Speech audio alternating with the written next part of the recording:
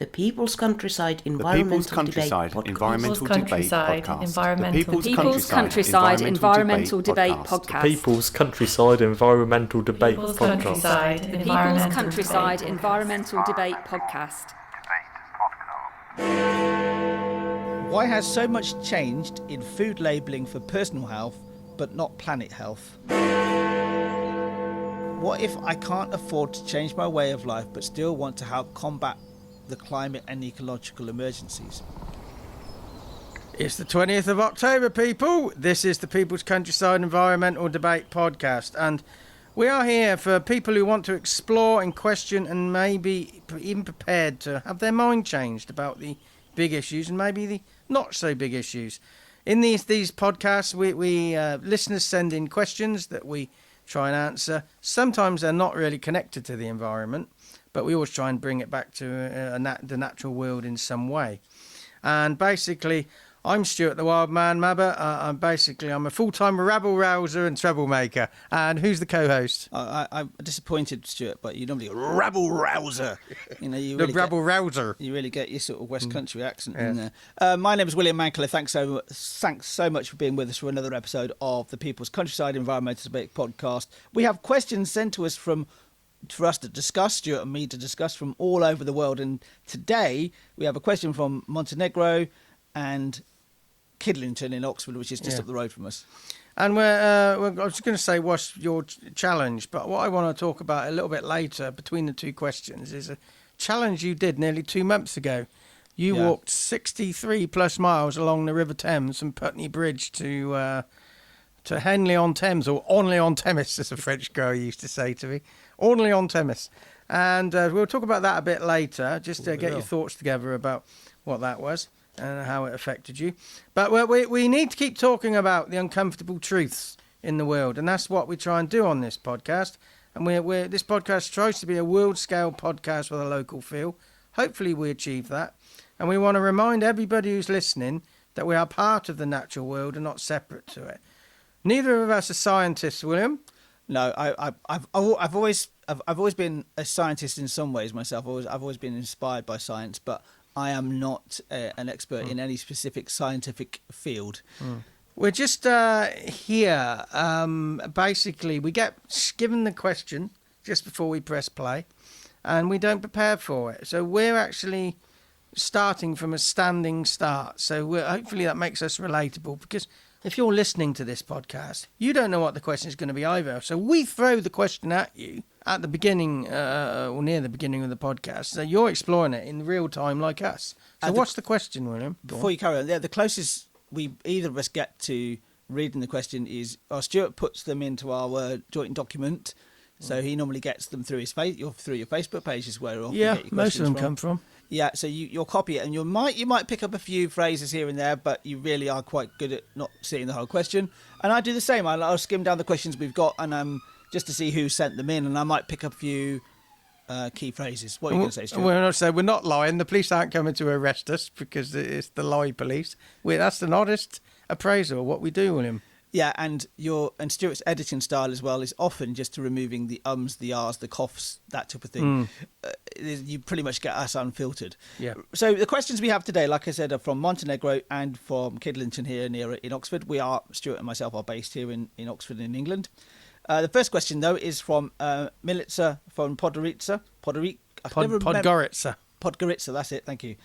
I got my stress wrong. Podgorica in Montenegro. I believe Podgorica is the capital of Montenegro.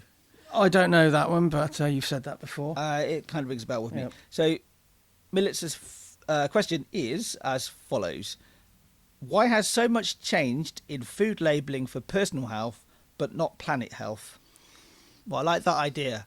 So it's almost like you get this sort of like rating on your electric white goods, don't you? And I think it's also any buildings as well have the same rating system, A to F, I think it is, or A to G. Does anybody really look at that? Do they when you're out there buying a white good? Do you really look at that? I know I have looked at when we last got a fridge freezer, last got a washing machine. We at least had it as part of our consideration. The price was obviously one of the biggest, the big driver.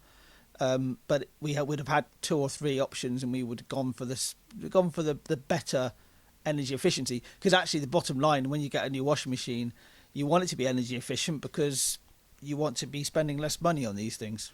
So dividing this up, so much has changed in food labelling for personal health. Do you think that it's effective, this labelling, and do you think we get the message? The labelling is inconsistent. The food labelling is inconsistent. I'm not entirely sure how much effect it has. Neither of us have done any scientific or any sort of study on this or read any studies on this. I'd like to think it has an effect when you got those. It's often you get on food labelling, you have this almost like traffic light system. Yeah. Red is really high, amber is virgin, and green is okay, isn't it? Right, virgin on being not being great, and they're generally broken down into the different components of things like salt content, sugar content, that type of thing. But right? if there's a warning on there, does it really affect enough people to not consume that product?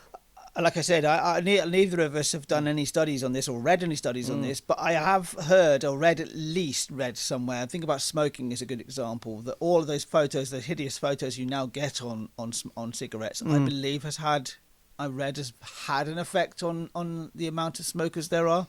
So I notice more smokers use roll-ups, so maybe that's because one, it's cheaper, or two, they don't have to keep looking at the pictures. Well, the pictures are also on the roll-up tobacco as well. Okay. Yeah. So. Yeah, I see what you mean. I think the roll-up tobacco industry is just a sign of the cost of living crisis we have. I think it's a novelty seeing. I'm not being sexist here, but when I was a kid, you would never see a woman roll up a cigarette. But you see them at bus stops doing it now.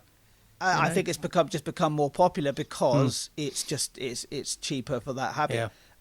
Has it had any effect for you, Stuart? You know, do you look at the food labelling yourself? And I look at it, but I don't understand it because it's so different on each thing. I try and make good decisions without relying on the labels telling me what I should be doing. I can throw an action in straight away for this. Actually, the traffic light system or the labelling system on food is, treat it as a sort of like a guideline.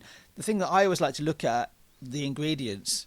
So sometimes it's actually better to just spend a little bit more money because you'll get a better quality. We get a particular brand of soy sauce that we used to get the supermarket own soy sauce because it was cheaper. But when you compare the list of ingredients, this brand might be a third or twice as expensive for what you buy, but we get a soy sauce which is literally water, soy and salt, not like ours, and there's nothing else. So it's not just a matter of looking at these food health labels, but it's looking at what's actually in them. And if there's an ingredient in there which has got a long name, generally speaking, that's processed, and it's probably not good for you. But why I asked all that was because it says in the question, so much has changed in the food labelling industry for personal health, but not for food, not for planet health.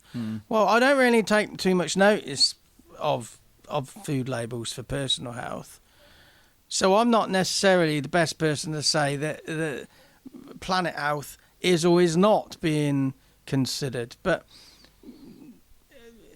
will we make the same mistakes with... Because we tend to I don't turn a blind eye to food labelling, it's just I don't understand it. Are we going to make the same mistakes if we haven't actually started to focus on planet health yet? Are we going to make the same mistakes as personal health labelling? Because it'd be confusing, is that what you're thinking? Yeah. Yes, that's a possibility. It's also it could be a bit of a greenwash as well. That you have a tick box exercise. I think the red tractor label was one of the most controversial ones because the criteria to get a red tractor was pretty low. The whole idea is that it was supposed to be, made in the UK, made in this country, but actually, all it needed to be was processed here. Yeah. So we had to lay our hands on it. Yeah, exactly. Yeah. So it really these sort of labels, these sort of marks don't really. So is a label going to be counterproductive? Shouldn't it be down in a utopian world, down to the suppliers just to do it the best way? Yeah. That's one way. I mean, I was just thinking as well that what occurred to me was that you can almost do it yourself in a way. So you can think about what what is good for planet health, and one of them is the miles that these things are shipped from. So if you're in a supermarket and you're looking at something and you want to buy something, choose it. Look where the origin is. Look at the country of origin, and sometimes it could be coming from Argentina. And you might question your motive to actually buy that thing in the first place.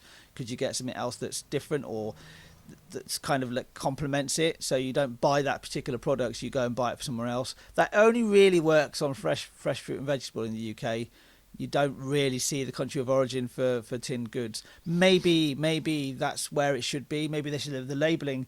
So the Planet Health should really not be this sort of colour system or anything like that. It should just be, the labelling should show things like where this product is from, for example, so you can make a decision of whether you really want to buy that thing.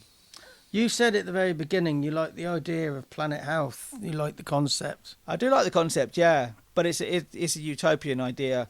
I think we all just make a incremental change in our thinking when we go to the supermarket, not just pick up the same thing every single time and then just think about why you're buying and what you're buying. So my action would be just to not necessarily get bogged down in reading the labels, but just maybe just think, do you need what you're buying? Can you buy it in a different way? Just question why you're buying. That's my action.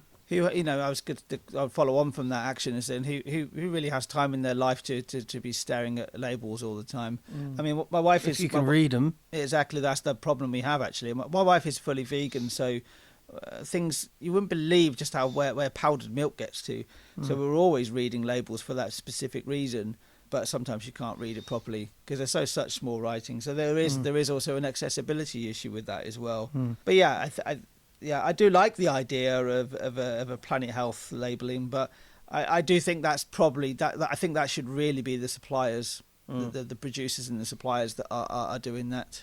Okay, so going back at the top of the episode, I said that William did a challenge, a 63+ mile walk along the River Thames from Putney Bridge to Henley-on-Thames. Yeah.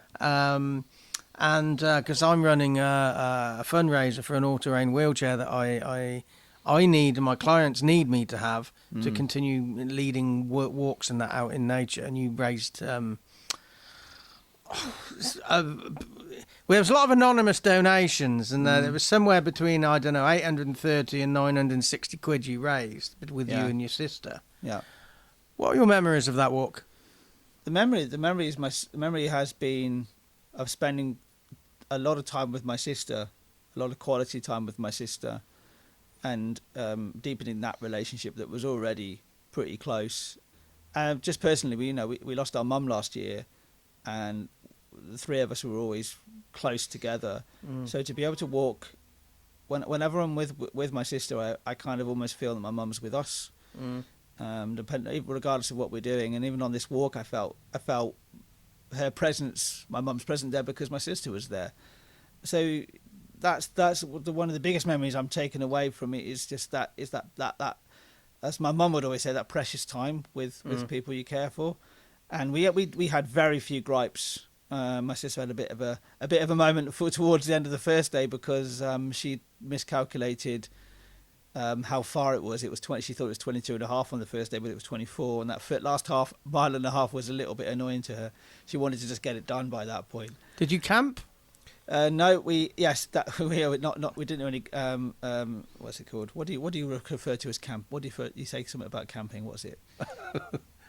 Effeminate, you mean? No. Oh, no, that's a different type of camp. Glorified homelessness. That's what I think, says. Pitching a tent and sleeping out in it is. Yeah. No, I wouldn't. We stayed in a hotel on the first night before we actually started the walk in London.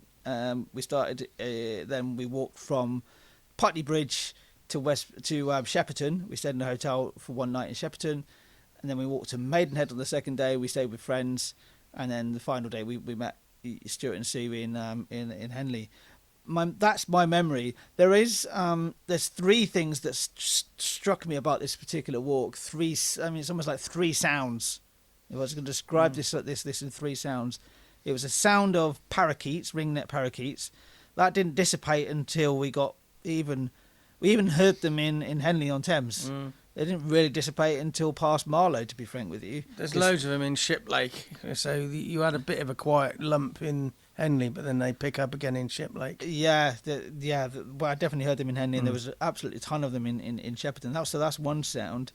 The other sound, again, we're out between Putney Bridge and even as far as Henley, was the sound of aircraft, because you're on the flight path in and out of Heathrow Airport. So the flights that come when you go between Putney and Richmond, you hear the planes coming into land. Well, that's the way they were going that day, because they changed their direction. And then beyond Kingston, you started hearing them gunning it out of Heathrow. So that was the second one. And the third one was this constant sound of distant traffic, because we were close to very, very big roads. We went on the second day. We particularly went under the M3, M25, and M4.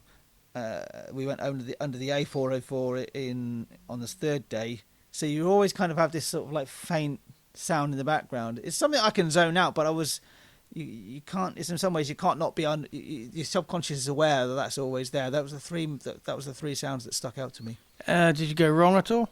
We didn't go wrong. We didn't take the wrong route. But there was a couple of places where there were a couple of diversions. One in Staines-on-Thames, or Staines-upon-Thames, I think it is, and one in just upstream of Marlow. And what frustrated both my sister and I was that you could find the information on the Thames Path website, but in reality, there are no signs to say this. When we got to Staines, as far as we were concerned, there were no signs, so we walked along the path. As far as we were concerned, there was a footbridge which had been closed. As far as we were concerned, it was open again. Fortunately, and we're really thankful, there was two runners that were running back the other way. Caught us just after we passed what would be the diversion, and they told us that don't go that way. Just you need to go back again. They must have seen the fact, because we were wearing the same T-shirts. They must have realised we were doing a longer walk. Yeah. So were there any real characters that you met that will stick in your mind on the route? Well, two people stopped us, and they're the people. They were two. There was a guy an older man in a mobility scooter in Staines. Really, he just saw our T-shirts. We interacted with his dog. We interacted with a lot of dogs, but two people that stopped us, and there were. I will always remember that we both stopped because of their dog. The guy in the mobility scooter, I think he was in his 70s at least. He told us a story about him playing golf up near Wargrave, just south of Henley, I believe. And he really liked. He said, "Well, if you're going to go there, go to Wargrave, because it's a great place." And I'm sure the train stops in Wargrave. It does, yeah, it's a station, yeah. And he asked us, because we had these T-shirts on, Victoria and William helping fund Wildman on Wheels. Is that what the slogan was? I can't remember off the top of my head. And I said, yeah, this is what we're doing. And he just opened his wallet and gave me a £5. Then near Marlow, we had a similar sort of situation, but a bit of a younger guy, a bit older than myself. I'm in my mid-40s, I would say, in his probably early 50s. And we interacted with him and his dog again, and he stopped us and he looked at the T-shirt and he said, "What are you doing? You must be doing some sort of challenge." And we told him what we were doing. He said, "That's amazing." And he again went into his wallet and he pulled out a £20 note. And they're the two characters that stuck in my mind. We saw a lot of people. We must have seen I reckon we must have passed over 300 people over the 3 days. Any messages to anybody who sponsored you? Yeah, thank you to everybody who sponsored along the way. I mean, we've had so many different sponsors. Like there were who were the anonymous sponsors. We don't know whether that was for the walk or that was just the fact that you picked up on the fundraiser in general. I think you said this, Stuart, that the walk has sort of given fresh impetus and fresh. Yeah, fresh impetus to the fundraiser, right? Yeah, fresh impetus. We had we're running a petition. There was a sudden spike in interest in that. Yeah, and then my